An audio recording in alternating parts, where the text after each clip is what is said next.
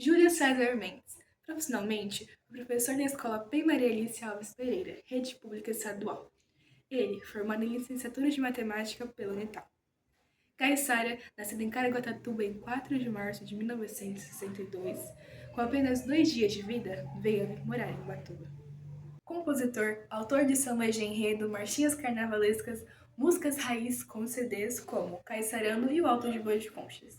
É artesão, percussionista, mestre de bateria da escola de samba, ex-presidente do Museu Caiçara e atual coordenador do grupo Música Cultural Cantamar. Este documentário é um convite para revisitar essa narrativa através do olhar e das recordações do ex-professor da Escola Maria Alice Alves Pereira, cuja dedicação em compartilhar saberes ajudou a manter viva a chama desse imaginário.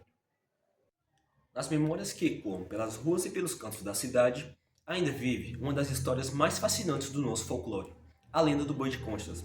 Mais do que um conto popular, ela é a parte da identidade e da cultura que atravessa gerações, preservada pela voz daqueles que acreditam na força da tradição.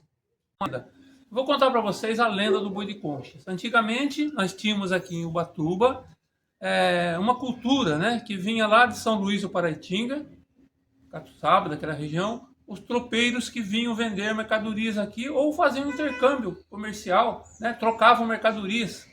E dentre esses tropeiros, tinha um tropeiro chamado Cipriano. E Cipriano vinha de lá para cá trazendo as mercadorias de lá e também animais para ser mortos, abatidos no matadouro que a gente tinha em Ubatuba, né? E um dia ele retomando em sua terra, saindo de Ubatuba e voltando para o seu sítio, encontrou um boizinho recém-nascido. Chegou lá, viu aquele boizinho recém-nascido, o boizinho olhou para o Cipriano olhou para o boi, o boizinho deu um mugido muito estranho. Bó, bó!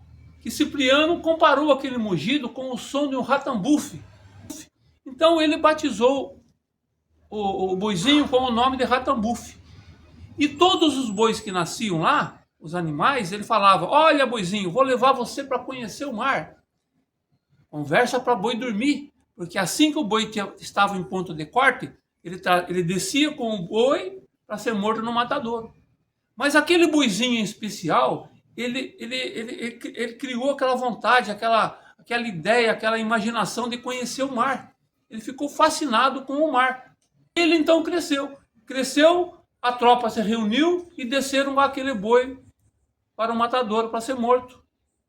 E desceram com o boi. Quando chegou ali, quase perto do matadouro, o boi desgarrou da tropa, indo em direção ao mar, em direção à praia. Desgarrou da tropa. E o pessoal ficou assustado com aquilo. O que está acontecendo que o boi saiu correndo indo para o mar? E foram atrás do boi, buscar o boi no mar.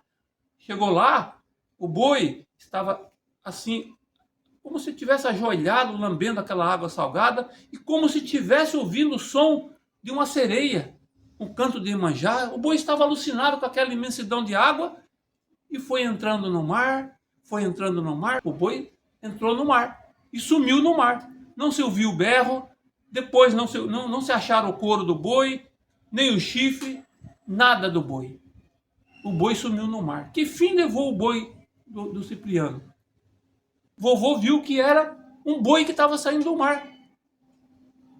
Olhou aquele boi, todo coberto de conchas, a coisa mais linda que ele viu na vida dele, saiu apavorado, largou a viola no chão, correu chamar a sua mulher, a vovó Malvina. Malvina, Malvina, Malvina, eu vi um boi saindo do mar.